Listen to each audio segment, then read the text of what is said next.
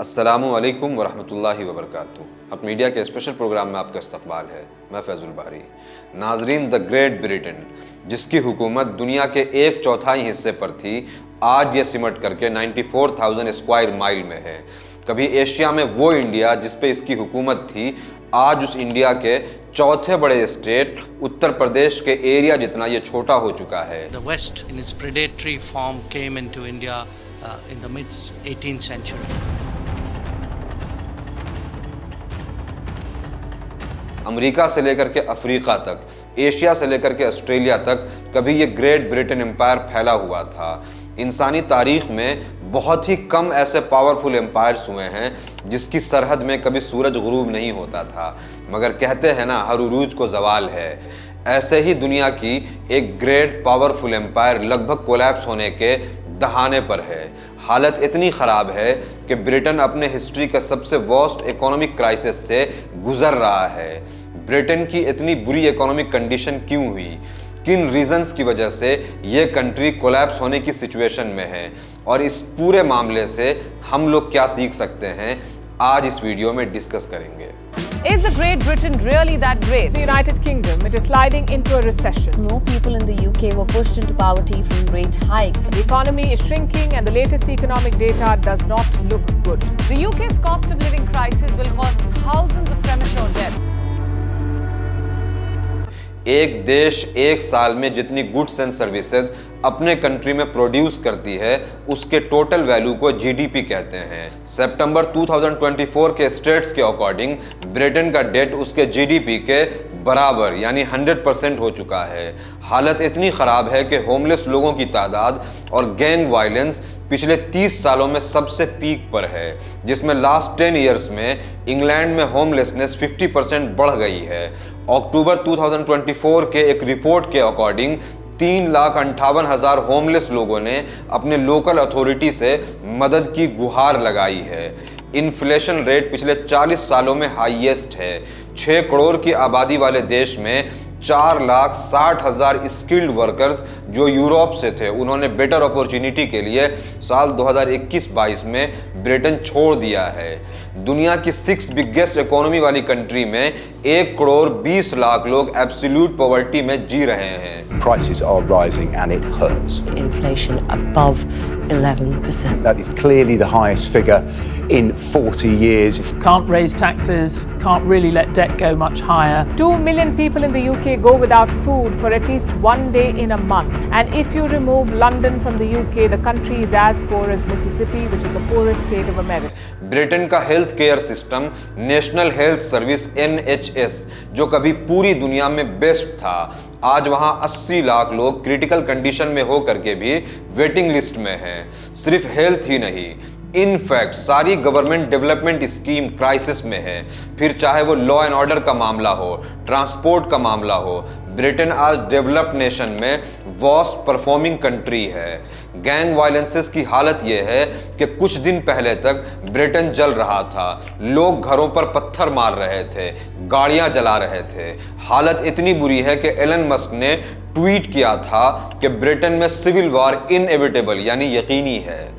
Britain का मसला शुरू हुआ था 2016 से, जब इसने यूरोपियन यूनियन को छोड़ने का इरादा किया था। 23 जून 2016 को एक स्पेशल रेफरेंडम हुआ जिसमें 50% ब्रिटिशर्स ने यूरोपियन यूनियन से अलग होने के हक में वोट डाला था। इस प्रोसेस को ब्रेक्जिट कहते हैं। The UK has voted to leave the European Union. We've got our country back. Well, the Vote Leave side presented a very optimistic view of what the British economy would look like after Brexit. यहीं से British economy के बुरे दिन शुरू हो गए थे। यहाँ आपको यूरोपियन यूनियन बनने की वजह और उसकी हिस्ट्री समझनी होगी, जिससे आपको और भी दुनिया के अलग अलग मसले आसानी से समझ में आएंगे। वर्ल्ड वॉर 2 के एंड पर यूरोपियन कंट्रीज को यह एहसास होना शुरू हुआ कि वो ऐसे ही अगर आपस में लड़ते रहे तो उनके सारे रिसोर्सेज और सारा पैसा आर्मी बनाने और अपने ही बॉर्डर्स को डिफेंड करने में वेस्ट होता रहेगा। अगर हम यूरोप का मैप देखें तो 2 चीज़ें एकदम क्लियर नज़र आती हैं। एक तो ये कि ये सब छोटी छोटी कंट्रीज़ हैं, और दूसरा ये कि ये सब आपस में बहुत ज़्यादा क्लोज हैं, कनेक्टेड हैं। यूरोपियन लीडर्स ने सोचा कि अगर हम इसी तरह से आपस में लड़ते रहे और सिर्फ अपने बॉर्डर्स को एक्सपेंड करते रहे तो हमारी आपस की लड़ाई कभी ख़त्म नहीं होगी और ना ही हम तरक्की कर पाएंगे। इसीलिए 1951 में 6 countries Belgium, France, West Germany, Italy, Luxembourg और नीदरलैंड ने मिलकर के Europe coal and steel community बनाई, जिसमें फ्री ट्रेड एग्रीमेंट था, जिससे एक दूसरे कंट्री के डेवलपमेंट में सब कंट्री मिल करके सपोर्ट करती। इससे इन कंट्रीज को बहुत फायदा हुआ। वर्ल्ड वॉर 2 के बाद फ्रांस को अपने इंफ्रास्ट्रक्चर को रीबिल्ड करने के लिए कोल और स्टील की ज़रूरत थी। ये दोनों चीज़ें जर्मनी के पास बहुत ज़्यादा थी। जर्मनी को उसके कोल और स्टील का ख़रीदार मिल गया और फ्रांस को अपने इंफ्रास्ट्रक्चर को डेवलप करने के लिए सही रेट में कोल और स्टील मिला। इनके लिए सबसे अच्छी बात ये थी कि ये दोनों देश एक दूसरे के बेहद पास थे, इसीलिए ट्रांसपोर्टेशन कॉस्ट बहुत लो था। इसी तरह इटली, बेल्जियम, नेदरलैंड, लग्जमबर्ग जैसे स्मॉल नेशंस को जर्मनी और फ्रांस जैसे पॉपुलस कंट्रीज की मार्केट में फ्री एंट्री मिल गई, जहां कोई extra trade tax, market tax नहीं था। साथ ही ये आपस के नेशन स्टेट के लड़ाई से भी महफूज थे। बहुत जल्दी इन कंट्रीज की इकोनॉमी ग्रो करने लगी। अब इस कामयाबी को देख करके दूसरी यूरोपियन कंट्रीज भी यूरोपियन यूनियन में शामिल होने लगे। साल 1993 तक यूरोपियन यूनियन में 12 यूरोपियन कंट्रीज शामिल हो चुके थे। यूरोपीय यूनियन दुनिया की सबसे पावरफुल ऑर्गेनाइजेशन बन चुकी थी, क्योंकि दुनिया के कई सुपर पावर्स इसके हिस्सा थे। यूरोप के किसी भी कंट्री का कोई भी सिटीजन यूरोपियन यूनियन के किसी भी कंट्री में आसानी से आ जा सकता था, जॉब या बिजनेस कर सकता था, अपना घर बना सकता था। इसी तरह किसी भी यूरोपियन कंट्री का कोई भी बिजनेसमैन अपने प्रोडक्ट्स आसानी से यूरोप में कहीं भी बिना किसी एडिशनल टैक्स के बेच सकता था। सबसे इंपॉर्टेंट पॉइंट, अगर यूरोप के बाहर किसी कंट्री से कोई भी ट्रेड डील होता तो वो अकेले अकेले नहीं, बल्कि पूरे यूरोपीय यूनियन उस कंट्री के बिहाफ पर वो ट्रेड डील नेगोशिएट करती, जिससे यूरोपियन यूनियन के हर कंट्री को इसका फायदा होता था। यहाँ रुक करके आप ये समझ लें कि ये एक काइंड ऑफ फेडरल स्ट्रक्चर था, जिसमें हर स्टेट का अपना एक इंडिपेंडेंट पावर होता, मगर ट्रेड, इकोनॉमी और डिफेंस सब एक जगह से कंट्रोल होता था। नाउ हमारे पास अफ्रीकन यूनियन भी है, जिसके अपने 55 मेंबर स्टेट्स हैं। Organisation of Islamic cooperation OIC भी है, जिसमें 57 मुस्लिम मेंबर स्टेट्स हैं, मगर ये सब बहुत पावरलेस यूनियन है। पावरफुल कौन नहीं होना चाहता है, मगर इसको कमज़ोर करने में किसका रोल है, इनके कमज़ोर रहने से किसको फ़ायदा है, ये आप लोग कमेंट में बताइए। खैर, जब यूरोपियन यूनियन के मेंबर होने से इतना ज़्यादा फ़ायदा था तो ब्रिटेन ने यूरोपियन यूनियन क्यों छोड़ी? इसके 3 मेजर रीजंस हैं। ब्रिटेन को लगता था कि उसका यूरोपियन यूनियन में होने से ज़्यादा फायदा यूनियन को हो रहा है। जैसे 2013 में ब्रिटेन का यूरोपियन यूनियन के बजट में कंट्रीब्यूशन 17 बिलियन का था, जबकि रिटर्न में उसे सिर्फ 6.3 बिलियन मिला था। तो ब्रिटिशर्स को यह लगता था कि सारी यूरोपियन कंट्रीज उसका फ़ायदा उठा रही है। दूसरा रीज़न था इमिग्रेशन।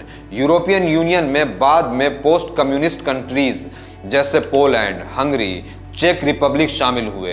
ये ईस्टर्न यूरोप, वेस्टर्न यूरोप से कई रीजन से बहुत गरीब थे, इसीलिए यहाँ के लोग बेहतर अपॉर्चुनिटी के लिए माइग्रेट करके ब्रिटेन आने लगे। फिर 2008 वर्ल्ड इकोनॉमिक क्राइसिस के वक्त भी बड़ी तादाद में लोगों ने ईस्टर्न यूरोप से ब्रिटेन में माइग्रेट किया।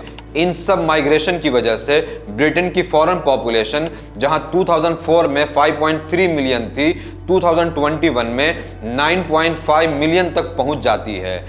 फिर 2010 में अरब वर्ल्ड में सिविल वॉर शुरू हो जाता है। तब यूरोप ने अरब इमिग्रेंट्स के लिए अपने बॉर्डर्स खोल दिए थे। यहाँ भी इंग्लिश स्पीकिंग नेशन होने की वजह से सबसे ज़्यादा इमिग्रेशन ब्रिटेन में ही होता है। इन सब से ब्रिटेन को ये लगना शुरू हो जाता है कि यूरोपियन यूनियन के इस फैसले का सबसे ज़्यादा इम्पैक्ट ब्रिटेन को ही हुआ है।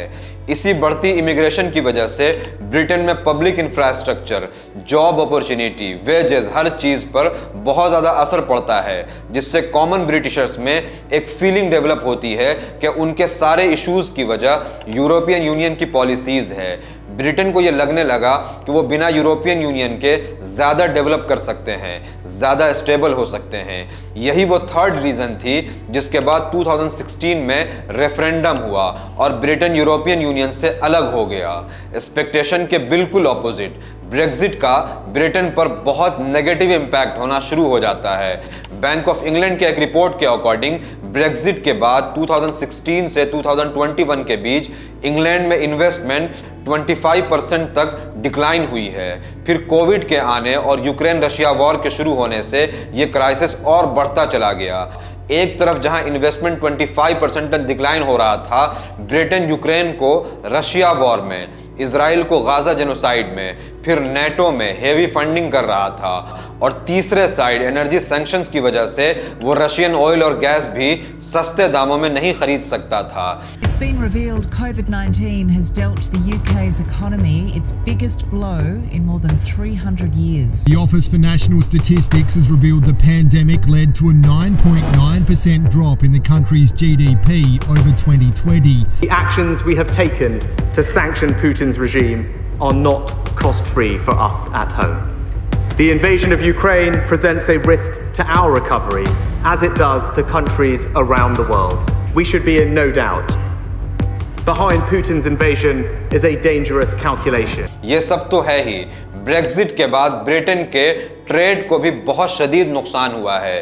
ब्रेक्जिट से पहले यूरोपियन यूनियन ब्रिटेन का सबसे बड़ा ट्रेडिंग पार्टनर था, जहां उसके 48% इंपोर्ट यूरोपियन यूनियन में ही हुआ करती थी, जिसमें कोई कस्टम ड्यूटी, कोई एडिशनल टैक्स नहीं था।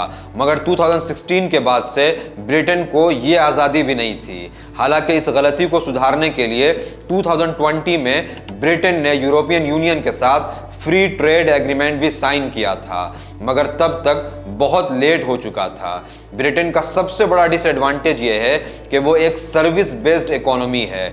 ऐसी इकोनॉमी फाइनेंशियल शॉक और इकोनॉमिक क्राइसिस में बहुत कमज़ोर साबित होती है। जैसे 2008 के फाइनेंशियल क्राइसिस में यूरोप और वेस्टर्न वर्ल्ड को बहुत ज़्यादा नुकसान हुआ था, मगर वहीं चाइना क्योंकि एक मैन्युफैक्चरिंग बेस्ड इकोनॉमी है, तो इस फाइनेंशियल क्राइसिस में उसको ज़्यादा नुकसान नहीं हुआ जितना अमेरिका और यूरोप को हुआ था। यही वजह है कि 2008 में जब फाइनेंशियल और आईटी इंडस्ट्रीज़ में ले ऑफ हुआ, वही नेस्ले और पीएनजी जैसे कंपनीज़ को कोई ज़्यादा फ़र्क नहीं पड़ा, क्योंकि ये कंपनीज़ डेली लाइफ में यूज़ की जाने वाली एसेंशियल चीज़ें प्रोड्यूस करती थी, जैसे पानी, साबुन, रेज़र वगैरह, जिससे लोग आसानी से छोड़ नहीं सकते हैं। इसी तरह मैन्युफैक्चरिंग सेक्टर सर्विस सेक्टर के कंपैरिजन में ज़्यादा जॉब्स भी क्रिएट करता है। ब्रेक्जिट का एक बहुत बड़ा नुकसान ये हुआ कि ब्रिटेन में आज बहुत ज़्यादा लेबर शॉर्टेज है। 2024 के स्टेट्स के अकॉर्डिंग वहाँ 36,000 नर्सेस की कमी है। एक तरफ ब्रिटेन की करेंसी डी वैल्यू हो रही है, इन्वेस्टमेंट डिक्लाइन पे है, पैसा आ नहीं रहा है, कर्जा ले करके अपने लोगों से टैक्स वसूल कर करके अलग अलग वॉर्स में ब्रिटेन फंडिंग कर रहा है, और दूसरे तरफ ब्रिटेन के पास अपने बेसिक हेल्थ केयर फैसिलिटीज़ पर खर्च करने के लिए पैसा नहीं है। और नेशन स्टेट की सबसे बुरी बात यह है कि यूरोप में ब्रिटेन के इस बदतरीन कंडीशन पर किसी को कोई मतलब भी नहीं है, शायद इसीलिए कि ब्रिटेन अपने मर्जी से यूरोपियन यूनियन से अलग हुआ था।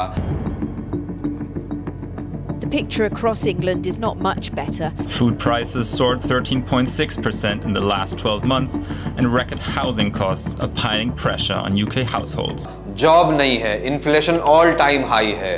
नतीजतन ब्रिटिश नेशनल्स में गुस्सा बढ़ता जा रहा है, और इस गुस्से को वो कभी इमिग्रेंट्स पर, कभी दूसरे नेशनलिटीज़ के लोगों पर निकाल रहे हैं। In conclusion, selfish thinking, wrong decisions ने द ग्रेट ब्रिटेन एम्पायर को इस सिचुएशन में ला खड़ा किया है कि जिसके हुकूमत में कभी सूरज नहीं डूबता था, आज सूरज निकलने पर भी दिन में तारे नजर आते हैं। जी तो चाहता है कि ब्रिटेन को वेल विश दूं, मगर मुस्लिम वर्ल्ड के खिलाफ, ओटोमन्स के खिलाफ और फ़लस्तीन के खिलाफ ब्रिटेन ने जो किया है वो सब सोच करके उसके लिए दुआ करने से रुक जाता हूँ।